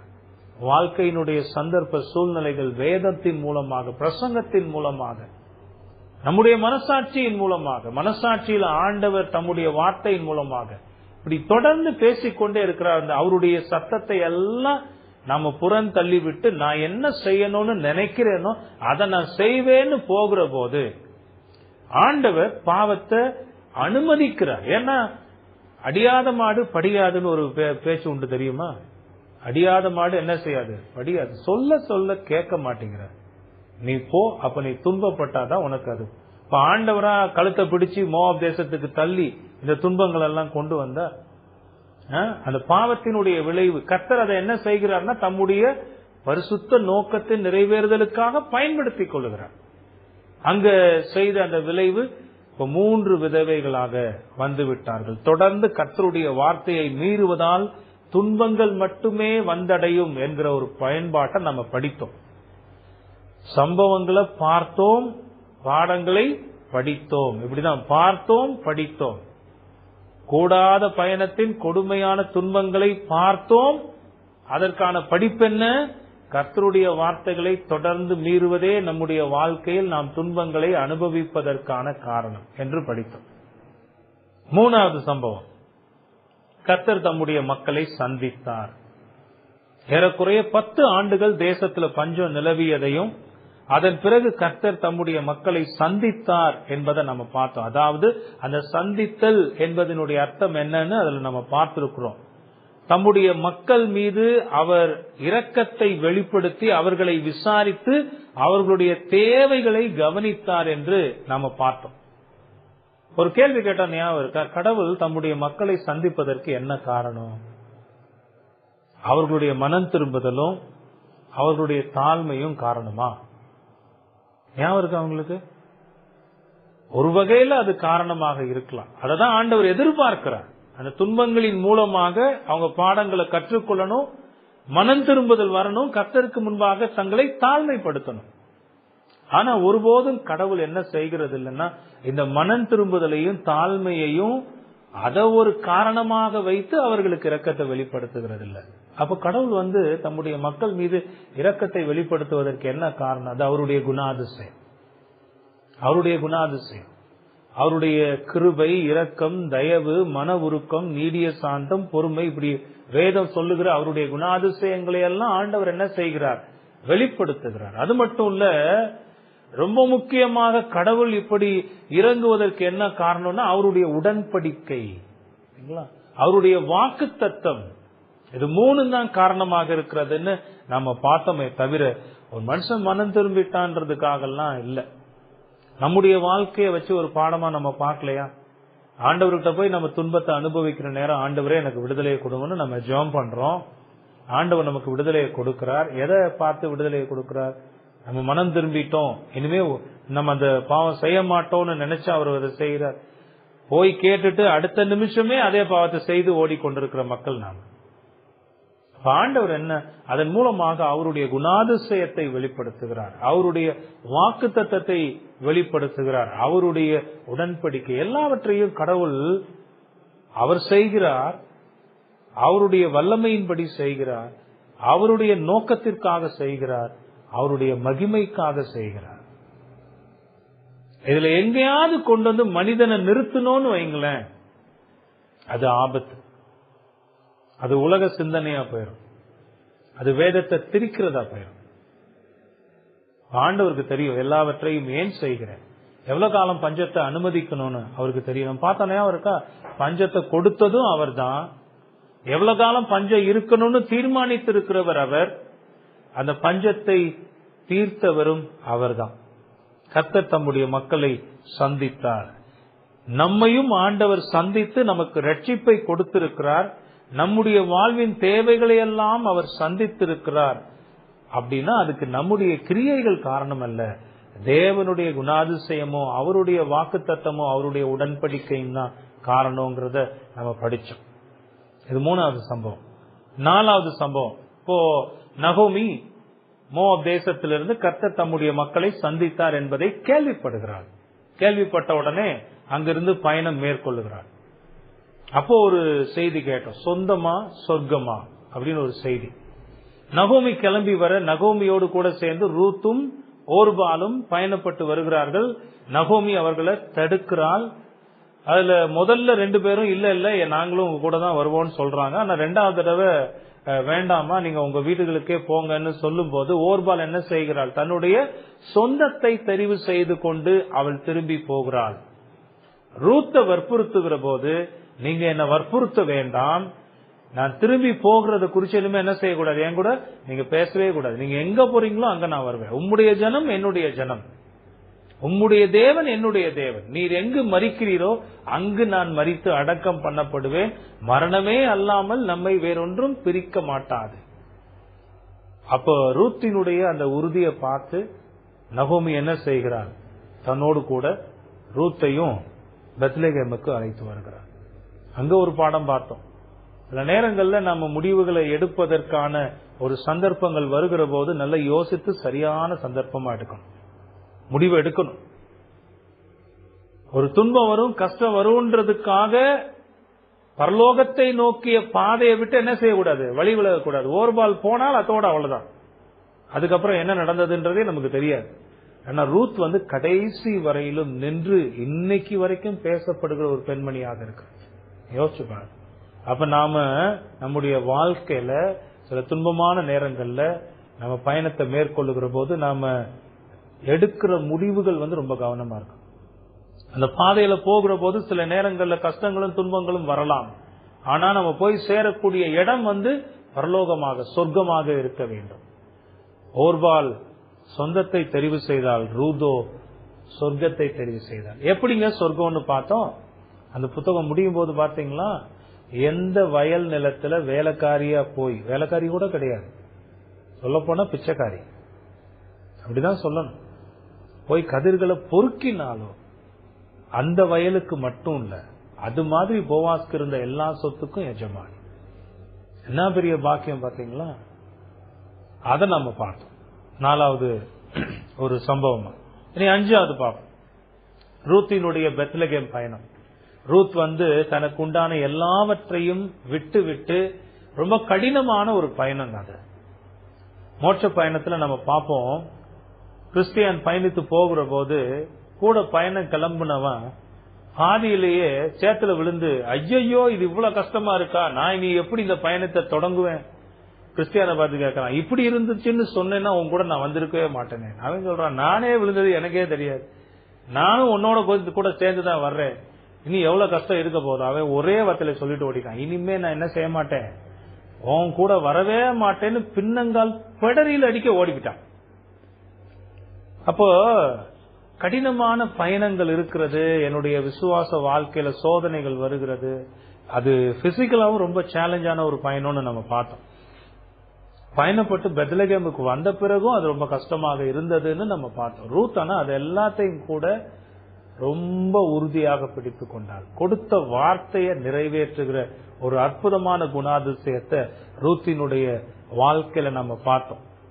எத்தனையோ துன்பங்களுக்கு மத்தியிலேயும் அந்நிய பெண்ணாகிய ரூத் இப்பொழுது கர்த்தருடைய வாக்குத்தத்த பூமியில் கர்த்தருடைய மக்களோடு சேர்ந்து விட்டாள். முதல் அதிகாரம் முடியும் போது பாத்தீங்கன்னா அழகா பெத்லகேம்ல சேர்ந்துட்டான். இதுவே அவளுடைய வாழ்க்கையில பெரும் மாற்றங்களை கொண்டு வர காரணமாக அமைந்ததுன்னு நம்ம பார்க்கிறோம். பெத்லகேமுக்கு வராம இருந்திருந்தா ரூத்தை பத்தி நம்ம நினைச்சே பார்த்திருக்க மாட்டோம். ஆனா அதுலயும் கடவுளுடைய அற்புதமான பராமரிப்பின் செயல் இருந்து ரூத்தை பெத்லகேமில் கொண்டு சேர்த்தது. இது 5வது சம்பவம். 6வது சம்பவம் நகோமியை பத்தி. துன்பத்தின் மத்தியிலும் துவளாத நகோமி. ஒரு தவறு, அதனால வந்த துன்பம், மறுபடியும் தவறு, அதனால வந்த துன்பம், இப்படி மாறி மாறி மாறி வாழ்க்கையில பல துன்பங்களால அலைக்கழிக்கப்பட்ட அந்த நகோமி அந்த துன்பத்துக்கு மத்தியிலேயும் கூட அங்க மோவாப் தேசத்தில் இருக்கும் போதே தன்னுடைய தேசத்தை விசாரித்து கர்த்தரை பற்றி கேட்டறிந்து, அந்த நேரத்தில் அவ கொஞ்சம் தவறி ஒரு பாவகரமான செயல்களை செய்திருந்த போதிலும் மறுபடியுமாக தன்னுடைய மனம் திரும்புதலை புதுப்பித்துக் கொண்டு ஒரு தைரியத்தோட, ஒரு நம்பிக்கையோட, ஒரு உற்சாகத்தோட மறுபடியுமாக அவள் பெத்லகேமுக்கு சேர்ந்ததையும் நம்ம பார்க்கிறோம். ஆரம்பத்துல கர்த்தருக்கு எதிரான பாவங்களை செய்ததுனால பல துன்பங்களை அனுபவித்திருந்த போதிலும் ஒரு புதிய மனம் திரும்புதலோடு கர்த்தரை பற்றி கொண்டு நாடு திரும்புகிறத நம்ம பார்த்தோம். அது ஒரு பாடம் நமக்கு கற்றுக் கொடுத்துச்சு. நாம கர்த்தருக்கு எதிராக பாவங்களை செய்யக்கூடாது. ஒருவேளை செய்து விட்டாலும் உடனடியான மனம் திரும்புதலோடு கர்த்தரிடத்தில் சேர வேண்டும்ங்கிற ஒரு நல்ல பாடத்தை நம்ம பார்த்தோம். நம்ம மனம் திரும்பி கர்த்தர்கிட்ட வர்றதுதான் நமக்கான நன்மை. நகோமி ஒருவேளை மோவாப் தேசத்திலேயே இருக்க தீர்மானித்திருந்திருந்தால் என்ன நடந்திருக்கும் நமக்கு தெரியாது. பெத்லகேம் வந்தா அவளுடைய வாழ்க்கை எப்படி மாறினதுன்றதையும் நம்ம பார்த்தோம். பாவம் செய்கிற போதிலும் மனம் வருந்தி மனம் திரும்புதலோடு கர்த்தரிடத்தில் சேர வேண்டும். அது நமக்கு நன்மையை கர்த்தரிடத்திலிருந்து கொண்டு வரும் என்கிற பாடத்தையும் நம்ம பார்த்தோம். 7வது சம்பவம் 2வது அதிகாரம் 1 வசனத்துல இந்த கதையினுடைய ஹீரோ இன்ட்ரோடியூஸ் பண்ணப்படுகிறார். ரட்சகரான போவாஸ். இந்த போவாஸ் முதலாக அறிமுகம் செய்யப்படுகிறார். அறிமுகத்திலேயே இந்த போவாஸ் யாரு என்பதை நம்ம பார்த்தோம். கின்ஸ்மேன், ரிடீமர், மீட்கும் உறவினன். அதனுடைய அர்த்தம் என்ன என்பதெல்லாம் பார்த்தோம். நகோமி மற்றும் ரூத்தின் வெறுமையை போக்கவும் அவர்களுடைய துன்பங்களிலிருந்து அவர்களை விடுவிக்கவும் இந்த போவாஸ் முக்கியமானவராக இருக்கிறார் என்பதை நாம பார்த்தோம். நம்முடைய வாழ்க்கையிலையும் நம்முடைய வறுமையையும் நம்முடைய துன்பங்களையும் முடிவுக்கு கொண்டு வர ஆண்டவராகிய இயேசு கிறிஸ்து என்கிற போவாசால் மட்டுமே முடியும். அவர் நமக்கு தேவை என்கிற ஒரு பாடத்தையும் படித்தோம். போவாஸ் 2வது அதிகார ஆரம்பத்துல. அடுத்து நம்ம பார்த்த சம்பவம் என்ன தெரியுமா? தற்செயலா தேவ செயலா அப்படின்னு பார்த்தோம். இப்படி இருக்கும்போது இவங்களுடைய உணவு தேவைக்காக ரூத் தன்னுடைய மாமி கிட்ட பெர்மிஷன் எல்லாம் கேட்டு, அதுல பாருங்க ரூத்தினுடைய கீழ்ப்படிதல் எல்லாம் பாக்கணும். நான் போலாமா, கதிர்களை பொறுக்கி கொண்டு வரலாமா? மாமியாரும் சரி போயிட்டு வான்னு சொல்ல, அப்படி ரூத் போன அந்த நிலம் போவாசுடையது. அதுலதான் நம்ம பார்த்தோம். தற்செயலாகன்னா யதார்த்தமா நடக்கிற சம்பவம். அது இந்த உலகத்துல நடக்கிற சம்பவங்கள் எல்லாம் யதார்த்தமா நடக்குதுன்னு நினைக்கிறீங்களா? யதார்த்தம் இல்ல. யதார்த்தம்னா தற்செயல், அதுவா நடந்து போகுதுங்க. உங்களுக்கு ஞாபகம் இருக்கு, அந்த உலகத்துல மனிதர்கள் என்னென்ன சிந்தனை எல்லாம் கொண்டிருக்கிறாங்க, இந்த உலகத்துல நடக்கிற நிகழ்வுகளை பத்தி விஞ்ஞானிகள் என்ன நம்புறாங்க, கடவுளை அறியாதவர்கள் என்ன நம்புறாங்க, இதெல்லாம் பார்த்தோம். ஆனா வேதம் என்ன சொல்லுது? எல்லாம் தேவனுடைய செயலாகவே நடக்கிறது. ஆண்டவருடைய வழி நடத்துதலின்படி, அவருடைய செயலின்படியே ரூத் அன்றைக்கு போய் சேர்ந்தது போவாசினுடைய நிலமாக இருந்தது. நம்முடைய வாழ்க்கையில நடக்கிற எந்த நிகழ்வும் தற்செயலாக நடப்பதில்லை, எல்லாம் தேவனுடைய செயலாகவே நடக்கிறதுன்னு நம்ம ஒரு பாடமாக படித்தோம். அது மட்டும் இல்ல, ரூத் போன அந்த நேரத்துல போவாசும் அங்க சேர்ந்ததை பார்க்கணும். இதுல எதை தற்செயல்னு நம்ம சொல்ல முடியும்? எல்லாமே கடவுளுடைய செயலாகவே இங்க நடந்ததை பார்க்கணும். 9வது சம்பவம், போவாசினுடைய அக்கறையான செயல்பாடுகளை குறிச்சு பார்த்தோம். வேலைக்காரர்கள் இடத்துல போவாஸ் தன்னுடைய வேலைக்காரர்களை பார்த்த போது கர்த்தரை முன்னிட்டு அவர்களை வாழ்த்துகிறத பார்த்தோம். இந்த வேலைக்காரங்களும் கூட போவாச கர்த்தரை முன்வைத்து ஆசீர்வதிக்கிறத பார்த்தோம். ரொம்ப செல்வந்தனான போவாஸ் தன்னுடைய வேலைக்காரர்களை சந்திக்கிற போது காட்டின அக்கறையும் அந்த விசாரணையும் போவாசினுடைய நல்ல குணத்தை வெளிப்படுத்தியது. அவருடைய பக்திக்குரிய வாழ்க்கைய, தேவனுக்கு பயந்து வாழ்கிற அந்த வாழ்க்கையை வெளிப்படுத்தினதுன்னு நம்ம பார்த்தோம். நம்முடைய போவாஸ் ஆகிய இயேசு கிறிஸ்துவும் நம்முடைய வாழ்க்கையின் மீது அக்கறை உள்ளவராக, நம்மை விசாரிக்கிறவராக இருக்கிறார்னு ஒரு பாடத்தை படிச்சோம். 10வது சம்பவம், ரூத் மீதான போவாசின் தயவு. ரூத்தை குறிச்சு விசாரித்து கேள்விப்பட்டு எல்லார் மேலையுமே அக்கறை உள்ள போவாஸ் ரூத் மீது கொஞ்சம் ஸ்பெஷலா அவர் சொல்றாரு, இஸ்ரவேலின் தேவனுடைய செட்டைகளின் நிழலில் அடைக்கலமாக வந்த உனக்கு அவராலே நல்ல நன்மைகள் கிடைப்பதாக, அவர் ஒன்னு ஆசீர்வதிக்கட்டும்னு சொல்லி ரூத் சாப்பிடுறதுக்கு சாப்பாடு, குடிக்கிறதுக்கு தண்ணி, பாதுகாப்பு. யாரும் ரூத் என்ன செய்யக்கூடாது? தொந்தரவு செய்யக்கூடாது, வையக்கூடாது, திட்டக்கூடாது, தடை செய்யக்கூடாது. அத்தோட நிறுத்திடல. நீங்க கதிர்களை அறுக்கும் போது சிலதை சிந்தி விடுங்கள். ரூத் பெருக்கிறதுக்காகவே கொஞ்சத்தை சிந்துங்க, அத்தோட நிப்பாட்டிடல. அம்மா ரூத், நீ என்னுடைய வயல் நிலங்கள்ல எங்கெங்கெல்லாம் அறுப்பு நடக்குதோ அங்கெல்லாம் உனக்கு போறதுக்கு பெர்மிஷன், யாரும் உன்னை தடுக்க மாட்டாங்க. ரூத் மீது போவாஸ் வெளிப்படுத்தின தயவு. நம்முடைய ஆண்டவரும் கூட நம் மீது இப்படிப்பட்ட தயவை வெளிப்படுத்துகிறவராக இருக்கிறார். நம்முடைய வாழ்நாள் எல்லாம் இவ்விதமாகவே நம்மை போஷித்து பாதுகாத்து நம்முடைய தேவைகளை எல்லாம் சந்திக்கிற போவாஸாக இருக்கிறார்னு ஒரு பாடத்தை படிச்சோம். 11வது சம்பவம், ரூத் மறுபடியும் வீட்டுக்கு ரூத்தினுடைய உண்மையும் நகோமியின் அக்கறையும். அதுல ரொம்ப நல்ல பாடங்களை படிச்சோம். நகோமி அப்படி வீட்டுக்கு திரும்பி தன்னுடைய மருமகளை பார்த்து விசாரிக்கிறா, இன்னைக்கு எங்க போன, யார் நிலத்துக்கு போன, இவ்வளவு கதிர்களை எடுத்துட்டு வந்திருக்கிறியே. பெற்றோர்களாக நம் மீது இருக்கிற பொறுப்பு அதுல பார்த்தோம். பிள்ளைகள் மீது கொண்டிருக்கிற விசாரணைகளை, அவங்க மேல கொண்டிருக்கிற அக்கறை எப்படி இருக்குன்னு ஒரு பாடங்களாக படிச்சோம். ரூத்தினுடைய உண்மையையும் அங்க பார்க்கணும். ரூத் நாம் போன நிலத்தை பத்தியும், அந்த எஜமான பத்தியும், எஜமான் தாங்கிட்ட பேசினதை பத்தியும் எல்லாத்தையும் ஒண்ணு விடாம ஒளிவு மறைவில்லாம தன் மாமியாருக்கு விவரித்து சொல்லிட்டு கொண்டு வந்த சாப்பாட்டையும் கொடுக்கணும். அதான் ரொம்ப முக்கியம். அந்த சாப்பாட்டை ஒழிச்சு வச்சிடல. சொல்லிட்டு வயசான பாட்டி 8 மணிக்கு படுத்துருவாங்க, நம்ம 9 மணிக்கு சாப்பிட்டுருவோம்னு ஒழிச்சு வைக்கல. அவ சாப்பிட்டு மீதியாக கொண்டு அந்த சாப்பாட்டை என்ன செய்யறா, எடுத்து நீங்க யோசிச்சு பாருங்க. அந்த உறவு எவ்வளோ அருமையான உறவு. குடும்பங்கள்ல இன்னைக்கு அப்படிப்பட்ட உறவுகள் தான் அவசியமாக இருக்கிறதுன்னு ஒரு பாடத்தையும் படிச்சு, இப்படிப்பட்ட அன்பும் அக்கறையுமே இன்று நம்முடைய குடும்பங்கள்ல தேவையாக இருக்கிறதுன்னு பார்த்தோம். 12வது சம்பவம், ரூத்தினுடைய நல்வாழ்க்கைக்கான நகோமியின் திட்டம். 3வது அதிகாரம் ஆரம்பிக்கும் போது, என் மகளே ரூத்தே, உன் எதிர்கால வாழ்க்கை, ஏன்னா அறுவடை எல்லாம் முடிஞ்சு போச்சு, இனி கதிர்கள் பொறுக்க முடியாது, சாப்பாட்டு கஷ்டம் வந்துடும், எவ்வளவு காலம் இப்படி ஒருத்தர் அண்டி வாழ்றது, ஆகவே நீ திருமணம் செய்து உன்னுடைய வாழ்க்கை நல்ல முறையில் இருப்பதற்கான வழியை நான் தேடாமல் இருப்பேனோ என்று சொல்லி நகோமி ஒரு திட்டத்தை தீட்டுகிறத பார்த்தோம். ரூத் அந்த திட்டத்தை அருமையாக செய்து முடிக்கிறதையும் நம்ம பார்த்தோம். இதுக்குள்ள நிறைய கான்ட்ரோவர்சி இருக்கு.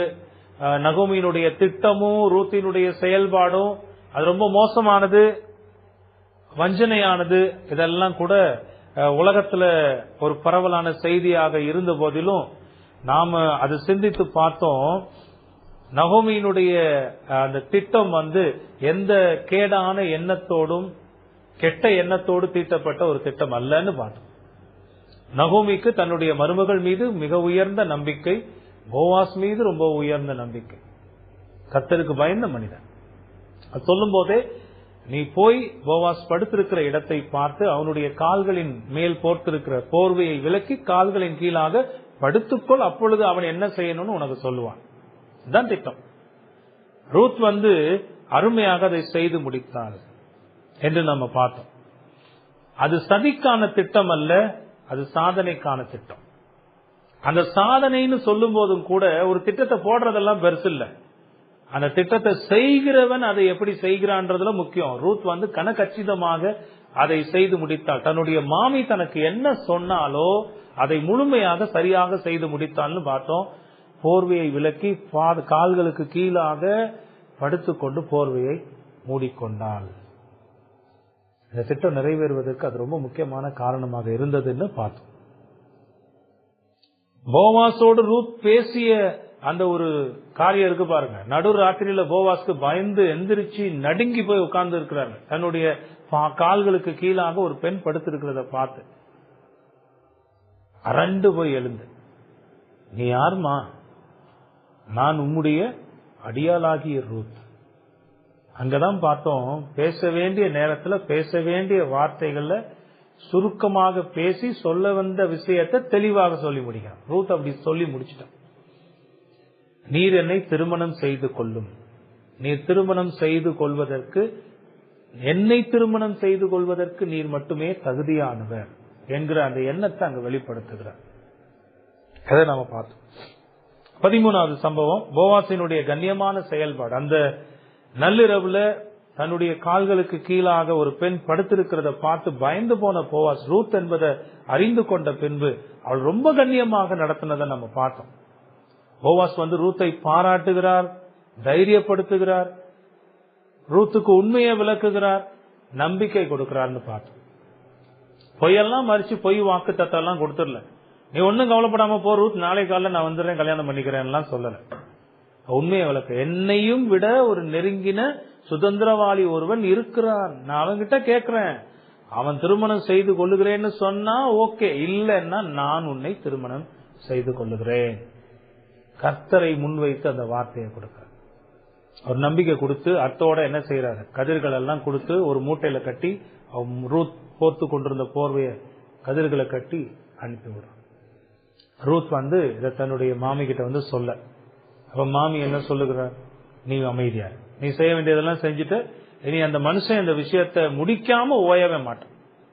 3வது அதிகாரம் அழகா அப்படி முடியுது. 4வது அதிகாரம் ஆரம்பிக்கும். நம்ம பார்த்த ஞாபகம் இருக்கா, நீயா நானா, ரொம்ப பிரபல்யமான தலைப்பு. நீயா நானா. காலையிலேயே போவாஸ் அந்த மக்கள் எல்லாம் கூடுகிற இடத்துல அந்த மற்ற சுதந்திரவாளியையும் ஒரு 10 தலைவர்களையும் ஊர் மக்கள் எல்லாம் அங்க கூட்டிட்டாங்கன்னு பார்த்தோம்.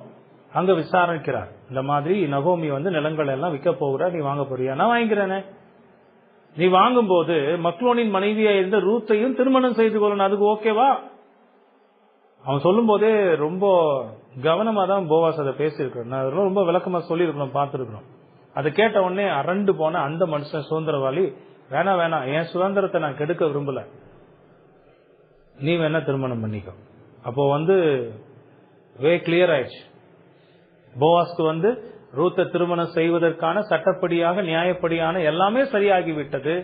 போவாஸ் அங்க என்ன சொல்லுகிறார், ரூத்தை நான் திருமணம் செய்து கொள்ளுகிறேன் என்று அங்கிருந்த ஊர் தலைவர்கள் மக்கள் அதற்கு முன்பாக அவர் வாக்கு கொடுக்கிறார்.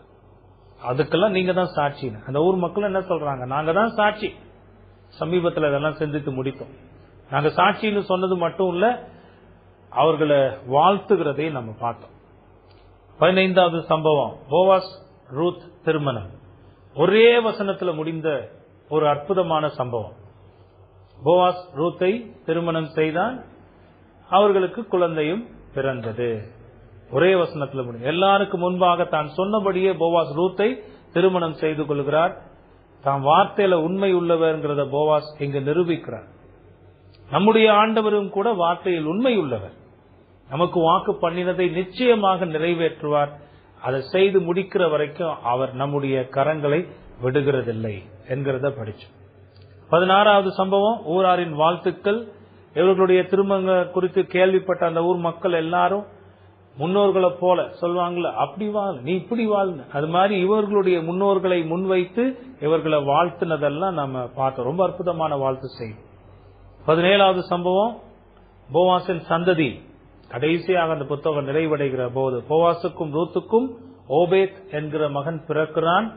இந்த ஓபேத் வழி வந்தவர் தான் தாவீது, தாவீதின் வழி வந்தவர் தான் நம்முடைய மேசியாவாகிய இயேசு கிறிஸ்து என்பதை எல்லாம் பார்த்தோம். ரொம்ப வேகமாக இந்த 4 அதிகாரத்திலே நம்ம பார்த்த சம்பவங்கள் எல்லாம் சொல்லி முடிச்சுட்டோம். கடைசி அவனு பார்த்தோம், மறைந்த சூரியன் உதித்தது. ஆரம்பத்துல மரணத்தில் ஆரம்பித்த இந்த புத்தகம் முடியும் போது ஜீவனில் முடிந்ததை நாம் பார்க்கிறோம். இன்னும் கொஞ்சம் யோசிச்சு பார்த்து இந்த சம்பவங்கள் எல்லாம் உள்ளடக்கமாக கொண்டு இந்த ரூத்தின் சரித்திர புத்தகத்தை ஒவ்வொரு கேரக்டரா வச்சு பார்த்தா எப்படி இருக்கும்? நகோமிய மையமா வச்சு பார்த்தா எப்படி இருக்கும்? ரூத் மையமா வச்சு பார்த்தா, போவாச மையமா வச்சு பார்த்தா, நகோமியை வச்சு பார்த்தா இந்த 4 அதிகாரத்துல என்ன பார்க்கலாம்? முதல் அதிகாரம் நகோமியினுடைய வெறுமையை விளக்குகிறது, ஒன்றும் எல்லாத்தையும் இழந்து போனதை விளக்குகிறது. 2வது அதிகாரத்துல நகோமிக்கான ஒரு துணை கிடைத்து விட்டது, ரூத்தினுடைய கம்பெனி, ரூத்துடைய பராமரிப்பு செயல்கள் எல்லாம் அங்க பாக்குறோம். 3வது அதிகாரத்துல நகோமிக்கு ஒரு நம்பிக்கை பிறக்கிறது. போவாஸ் தான் அந்த நம்பிக்கை, நிச்சயம் உதவுவார் என்கிற நம்பிக்கை. 4வது அதிகாரத்துல நகோமியினுடைய ஆறுதலை குறித்து பார்த்தோம். ரூத்தினுடைய திருமணமும் ரூத்தினுடைய பிள்ளையும், இதெல்லாம் இந்த 4 அதிகாரத்துல பார்க்கலாம். நகோமியினுடைய வெறுமை, நகோமிக்கான துணை, நகோமியின் நம்பிக்கை, நகோமியின் ஆறுதல். இது நகோமியை வச்சு பார்க்கலாம். ரூத்தை வச்சு பார்த்தா முதல் அதிகாரத்துல ரூத்தின் தெரிந்து கொள்ளுதல். ஞாபகம் வைக்கணும், சொந்தமா சொர்க்கமா, சொந்தத்தை தெரிவு செய்யல, பரலோக தேவனை தெரிவு செய்து கொண்டாள் அவர். 2வது அதிகாரத்துல ரூத்தினுடைய பணிவிடைகளை குறித்து பார்க்கிறோம். அவ எப்படிப்பட்ட வேலைக்கார ஒரு பெண்ணாக, தன்னுடைய குடும்பத்தின் தேவைகளை சந்திக்க உழைக்கிற ஒரு பெண்ணாக, தன் மாமியாரை பராமரிக்கிற செயல்ல அவள் ஈடுபட்டாள் என்று பார்க்கிறோம். 3வது அதிகாரத்துல ரூத்தினுடைய விண்ணப்பத்தை பார்க்கிறோம். போவாசிடத்துல போய் தன்னுடைய திருமண விண்ணப்பத்தை அவள் முன்வைக்கிறார். 4வது அதிகாரத்துல ரூத்தினுடைய திருமணமும் அவளுடைய பிள்ளையையும் குறித்து பார்க்கிறோம். ரூத்தின் தெரிந்து கொள்ளுதல் அதிகாரம் 1, 2வது அதிகாரத்துல ரூத்தினுடைய பணிவிடை, 3வது அதிகாரம் ரூத்தினுடைய விண்ணப்பம், 4வது அதிகாரம் ரூத்தினுடைய திருமணம். சரி, போவாச வச்சு பார்க்கலாமே. போவாச வச்சு பார்த்தா முதல் அதிகாரத்துல போவாஸ் வரவே இல்லை. ஆனா போவாஸ் வருகைக்கான ஆயத்தம் அங்க நடக்குது. 2வது அதிகாரத்துல போவாசினுடைய வருகையை பார்க்கிறோம். 3வது அதிகாரத்துல போவாசினுடைய கண்ணியமான செயல்பாடுகளை பார்க்கிறோம். 4வது அதிகாரத்துல போவாசினுடைய வம்சத்தை பார்க்கிறோம். 4 அதிகாரம் போவாசினுடைய வருகைக்கான ஆயத்தம், அதெல்லாம் அங்க நடக்குது. 2வது அதிகாரத்துல போவாஸ் வருகிறார். 3வது அதிகாரத்துல போவாசினுடைய கண்ணியமான செயல்பாடு. 4வது அதிகாரத்துல போவாசின் வம்சம். சரி, இதெல்லாம் வச்சு பார்த்துட்டு கர்த்தரை வச்சு பார்க்காம விடலாமா? ஆண்டவரை வச்சு பார்ப்போமே. 1வது அதிகாரம் பஞ்சமும் துன்பமும். ஆண்டவர் அதை தான் அனுமதிக்கிறார். பஞ்சத்தையும் அனுமதிக்கிறார், துன்பங்களையும் அனுபவிக்கிறார். அப்படியே 2வது அதிகாரத்துக்கு வந்தோம்னா உணவு கொடுத்து தம்முடைய மக்களை பராமரிக்கிறார். இங்க நகோமியையும் ரூத்தையும் கூட உணவு கொடுத்து அவர் பராமரிக்கிறார். 3வது அதிகாரத்துல அவர் குடும்பத்தை கட்டுகிறார். ரூத் மற்றும் போவாசுக்கான அந்த திருமண ஏற்பாடுகள் எல்லாம் அங்க நடக்குது. 4வது அதிகாரத்துல வந்தீங்கன்னா மேசியாவினுடைய வம்ச வழிய அவர் அங்க தலைக்க செய்கிறத பார்க்கணும். இதைத்தான் நம்ம ரொம்ப முக்கியமா கவனிக்கணும். நகோமியோ ரூத்தோ போவாசோ இவர்கள் எல்லாம் கர்த்தருடைய மீட்பின் திட்டத்தில் அவருடைய பராமரிப்பு செயல்கள்ல வந்த மனித கருவிகள். ஆனா இதுக்கு பின்னாடி ஓடிக்கிட்டே இருந்தது என்னன்னு பாத்தீங்கன்னா, எங்கேயுமே நாம மறுக்க முடியாத இந்த சம்பவங்கள் எல்லாம் செய்து கொண்டிருந்தவர் ஆண்டவர். சரிங்களா? பஞ்சத்தையும் துன்பத்தையும் வருவிக்கிறார், உணவு கொடுக்கிறார், குடும்பத்தை கட்டுகிறார், வம்ச வழியை செழிக்க செய்கிறார். ஆண்டவருடைய அற்புதமான செயல்பாடு. இது தொடர்ந்து புத்தகத்துல இன்னும் கொஞ்சம் பேர்லாம் இருந்திருக்கிறாங்க. ஆனா அவங்களுடைய பெயர்லாம் ஒரு சில தடவை பயன்படுத்தப்பட்டதோட மறைஞ்சு போச்சு. இந்த புத்தகத்தை வாசிக்கும் போது அவங்கள குறிச்செல்லாம் ரொம்ப பெருசாலாம் நம்ம நினைக்கிறதே இல்லை. எலிமலக்க குறிச்சு நினைக்கும் போது ஏன்பா நீ பெத்லகேம்ல இருந்து கூட்டிட்டு போனேன்னு தான் பேசுவோம். எலிமலேக்க அத்தோட முடிஞ்சிச்சு. அந்த மக்லோன் கிளியோனை பத்தி என்ன பேசுறதுக்கு இருக்கு? சீக்காளிகள், அவ்வளவுதான். அவங்களுடைய பெயருக்கு ஏத்த மாதிரி சீக்காளிகள். அப்போ வயசுல போயிட்டான் 2 பேர். ஓர்பால்னு ஒரு பொண்ணு இருந்தா, அவளும் என்ன செஞ்சிட்டா, எனக்கு சொந்தம் தான் பெருசுன்னு போயிட்டான். அவ்வளவுதான். இவங்களை பத்தி எல்லாம் நம்ம நினைக்கவே இல்லை. ஆனா ப்ராமினென்டா ஆண்டவர் மீது உள்ள அந்த விசுவாசத்தை பிடிச்சுக்கிட்டு அந்த துன்பங்களுக்கு மத்தியிலையும் பலவீனமான மனிதர்களாக இருந்த போதிலும் தொடர்ந்து கர்த்தருக்குள்ளாக வாழ்ந்து வந்த அந்த மனிதர்களுடைய பெயர்களை நம்ம என்ன செய்யறோம் இங்க பாக்குறோம். இன்னொரு சுதந்திரவாளி இருந்தான். அந்த சுதந்திரவாளி பேரே இல்ல. எலிமலேக்குக்காவது பேர் இருந்துச்சு, மக்லோன் கிளியோன் ஓர்பால்னு வந்துச்சு. அந்த சுதந்திரவாளிக்கு அதுவும் இல்லை. காத்தோட வந்து காத்தோட போன மாதிரி அந்த மனுஷனும் போயிட்டான். இதுல இருந்து என்ன நம்ம பாக்குறோம், எவ்வளவு அருமையான ஒரு புத்தகம் பாத்தீங்களா? நீங்க எப்ப ரூத்தை எடுத்து பார்த்தாலும் இதெல்லாம் உங்க மனசுல நீங்க வைத்திருக்க, இதெல்லாம் உங்க மனசுல இருக்கும் போது நம்ம பார்த்த கடவுளுடைய மீட்பின் உடன்படிக்கையும் அவருடைய பராமரிப்பு செயல்களை நம்ம பார்க்கிறோம். இதுல சில பயன்பாடுகளை ரொம்ப வேகமா நான் சொல்லி முடிக்கிறேன். முதலாவது பயன்பாடு, நம்முடைய ஆண்டவர் செயல்படுகிறவராக இருக்கிறார். அவர் செயல்படாத கல்லோ மண்ணோ மரமோ அல்ல. அவர் ஜீவனுள்ள மெய்யான தேவனாக இருக்கிறார். அவரே எல்லாவற்றையும் தம்முடைய பரிசுத்த நோக்கங்களை நிறைவேற்றிக் கொள்வதற்காக செயல்பட்டு கொண்டிருக்கிறவராகவே இருக்கிறார். இததான் இந்த புத்தகம் நமக்கு முதலாவது பாடமாக கற்றுக் கொடுக்கிறது. மேலே வானத்திலும் கீழே பூமியிலும் பூமிக்கு கீழ் தண்ணீரிலும் அண்ட சராசரங்களிலும் எல்லா இடங்களிலும் கர்த்தர் தம்முடைய நோக்கத்தை நிறைவேற்றி கொண்டிருக்கிறார். அவர் செயல்பட்டு கொண்டிருக்கிறார். அவர் ஓய்வே இல்லாமல் செயல்படுகிறார். அவர் தொடர்ந்தும் செயல்பட்டு கொண்டே இருக்கிறார். இந்த புத்தகம் அதை நமக்கு நினைவுபடுத்துகிறது. உங்களுக்கு அந்த விசுவாசம் இருக்காங்க, அந்த விசுவாசம் இருக்கா, அந்த நம்பிக்கை இருக்கு ஆண்டவர் மேல. என்னுடைய ஆண்டவர் செயல்படுகிறவராக இருக்கிறார். என்னுடைய வாழ்க்கையில் அவர் செயல்படுகிறவராக இருக்கிறார்.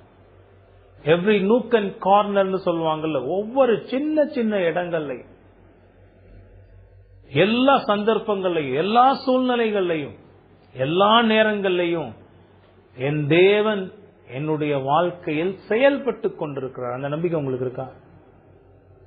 நிச்சயமா அவருடைய மக்களாக இந்த நம்பிக்கை உங்களில் நிலைத்து இருக்கணும். வேர் மாதிரி இருக்கணும். ஆணிவேர் சொல்லுவோம்ல, சல்லி வேர் இல்ல, ஆணிவேர் மாதிரி அது ரொம்ப ஆழமாக சென்று இந்த விசுவாசம் உங்கள நிலைச்சிருக்கணும். வாழ்க்கையில அதை நீங்க அனுபவிக்கவும் செய்யணும். ஒவ்வொரு சின்ன சின்ன விஷயங்களையும். சில நேரங்கள் அது துன்பமா இருக்கலாம், கஷ்டமா இருக்கலாம். அதையும் கூட கர்த்தர் அனுமதிக்கிறார். எதற்காக? என்னுடைய நன்மைக்காக. ஒரு பக்கம் என்னுடைய நன்மைக்காக பார்க்கிறத விட இன்னொரு பக்கம் அவருடைய மகிமைக்காக, அவருடைய மகிமைக்கு.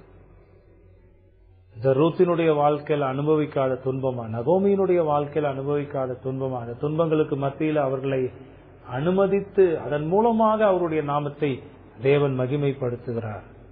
அது அவருடைய செயலாகவே இருக்கிறது என்றதை படிக்கிறோம். இரண்டாவது, கர்த்தர் தம்முடைய மீட்பின் திட்டத்தை வரலாற்றில் எப்படி செயல்படுத்தினார் என்பதை இந்த புத்தகம் நமக்கு நினைவுபடுத்துகிறது. அவருடைய மீட்பின் திட்டத்தை உறுதிப்படுத்துகிறது. யூதர்களுக்கு மட்டுமல்ல, புறஜாதிகளுக்கும் ரட்சிப்பை கொடுக்க சித்தமுள்ள தேவன். அவரிடத்தில் பட்சபாதம் இல்லைன்னு வேதம் சொல்லுது இல்லையா, அந்த மாதிரி. அதுக்கிடையில் அவருடைய பராமரிப்பின் செயல்களை குறித்தும் அற்புதமாக விளக்குகிறது.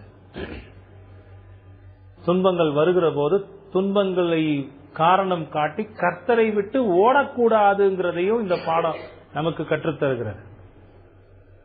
துன்பங்கள் என்னாலும் துன்பங்களாக நம்மோடு கூட இருந்து விடுகிறது இல்லை.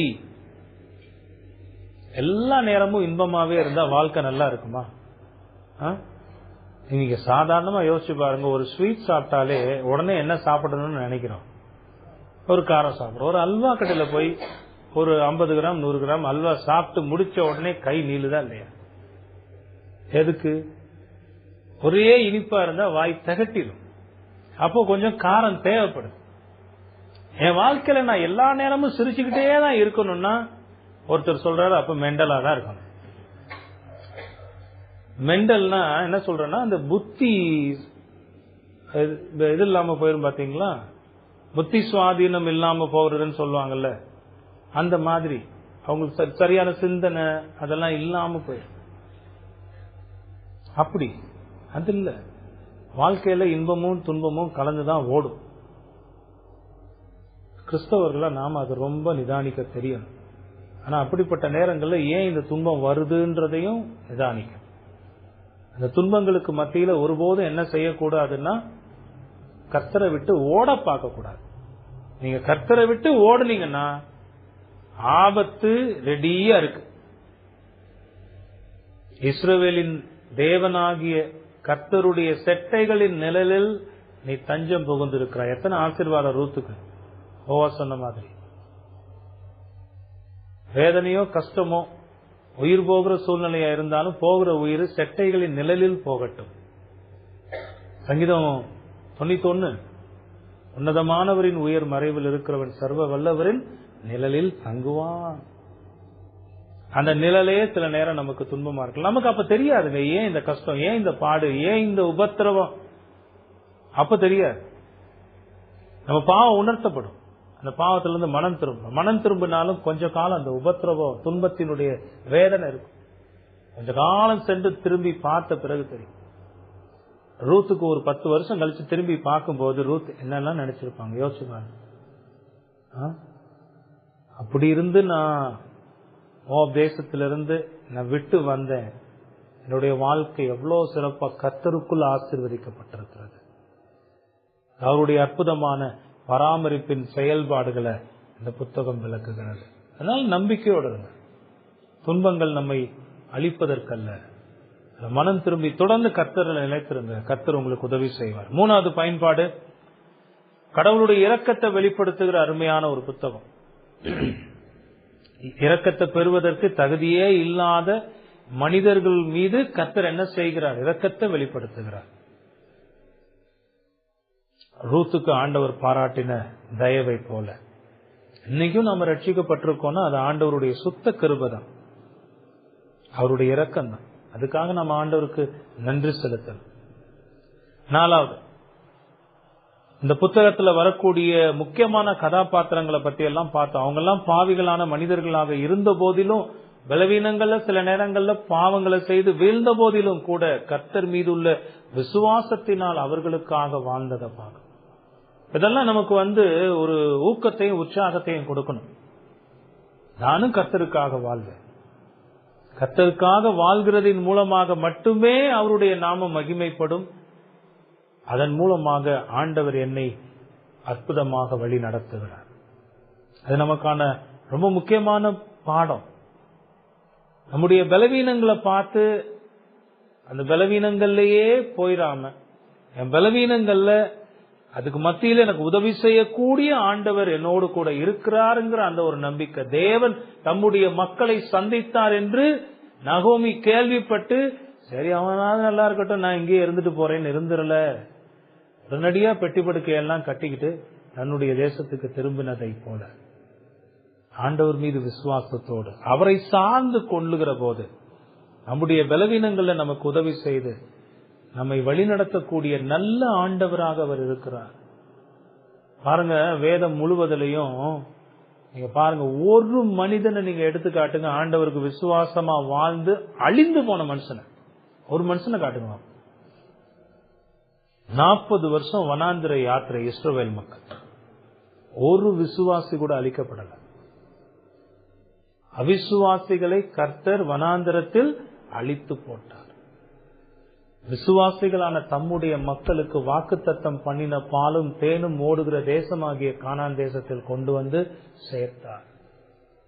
நிச்சயமா நம்மையும் நம்முடைய பரம கானான் தேசமாகிய பரலோகத்தில் கொண்டு சேர்ப்பார். நிச்சயம் சேர்ப்பார். ஆண்டவரை சார்ந்து கொள்ளுங்கள். பலவீனங்கள்ல ஆண்டவரை பற்றி கொள்ளுங்கள். ஆண்டவர் பேருதவி செய்வார். கடைசியாக எல்லாம் பார்த்தோம்.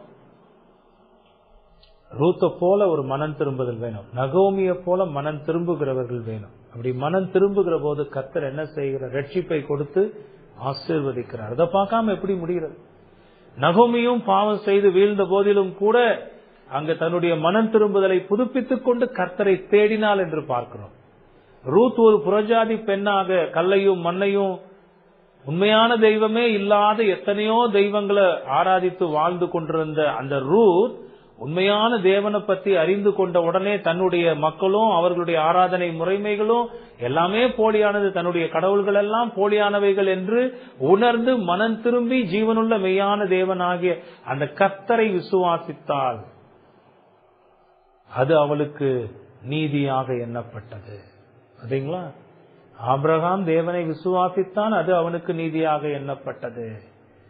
புதிய ஏற்பாட்டில் ஆண்டவராகிய இயேசு கிறிஸ்து சொல்லுகிறார், இந்த ஆபிரகாமின் விசுவாசத்தை போல விசுவாசத்தை கொண்டிருக்கிறவன் எவனோ அது அவனுக்கு நீதியாக எண்ணப்படும். ரூத் கர்த்தரை விசுவாசித்தால் அது அவளுக்கு நீதியாக எண்ணப்பட்டது. அவருடைய வாழ்க்கை எப்படி மாறிச்சு பாருங்க. இங்க யாராவது ஆண்டவர் அறியாம இருந்தா இப்போ மனம் திரும்புங்க. ஒரே ஜீவனுள்ள மெய்யான தேவனாகிய இயேசு கிறிஸ்துவிடம் வாருங்க. அவர்தான் பாவத்திலிருந்து விடுதலை கொடுக்கக்கூடியவர். உங்க வாழ்க்கையில் இருக்கிற துன்பங்கள்ல இருந்து உங்களுக்கு விடுதலையை கொடுக்கக்கூடியவர். இந்த வாழ்க்கையினுடைய துன்பங்கள் சரீரத்தோடு அழிந்துவிடும். ஆனா பாவத்தோடு மரித்தால் நரகம் தான் கிடைக்கும். வேதம் சொல்லுது, பாவத்தால் மரணமும் மரணத்தால் நியாய தீர்ப்பும். மரணத்துக்கு பிறகு நியாய தீர்ப்பு தான், நித்திய நரகம் தான். அதனால இங்க இந்த வார்த்தைகளை கேட்டுக்கொண்டிருக்கிற உங்களை யாராவது இன்னும் ஆண்டவர் அறியாம இருந்தா இன்னைக்கு ஆண்டவர் விசுவாசிங்க. இயேசு கிறிஸ்து கிட்ட வாங்க. அவர் நிச்சயமாக உங்களுடைய பாவங்களை மன்னித்து உங்களை ரட்சிப்பார், உங்களை தம்முடைய மக்களாக சேர்த்துக் கொள்வார். மனம் திரும்புதலை தான் ஆண்டவர் கேட்கிறார். மனம் திரும்பி ஆண்டவரிடத்தில் வருகிறவர்களுக்கு அவர் ரட்சிப்பை கொடுக்கிறார். இன்னைக்கே ஆண்டவர் கிட்ட வாங்க, அவர் கொடுக்கிற ரட்சிப்பை பெற்று அனுபவிங்க. அவ்வளவுதான் ரூத் புத்தகம். ஒரு வேகமா ஏறக்குறைய 1.25 மணி நேரம் ஆக போகுது. ரூத் புத்தகத்தை முழுமையாக, அந்த புத்தகத்தை பத்தின பொதுவான கேள்விகள் அதை பத்தி பார்த்தோம், தனி சிறப்புகளை பார்த்தோம், ரூத்தினுடைய சம்பவங்களுக்குள்ளாக போய் நாம படித்து கொண்ட பாடங்கள் எல்லாம் பார்த்து முடிச்சிருக்கோம். ரூத் புத்தகத்தை நல்ல முறையில முடிக்க ஆண்டவர் நமக்கு உதவி செய்திருக்கிறார். அதுக்காக நம்ம ஆண்டவருக்கு நன்றி செலுத்துவோம். சபையாக படித்து கொண்ட அந்த பாடங்களை நம்முடைய வாழ்க்கையில நடைமுறைப்படுத்தி வாழ்ந்து ஆண்டவருக்கு மகிமை சேரும். தேவன் தாமே இந்த வார்த்தைகளை ஆசீர்வதிப்பாராக. நம்ம ஜெபம் பண்ணலாம்.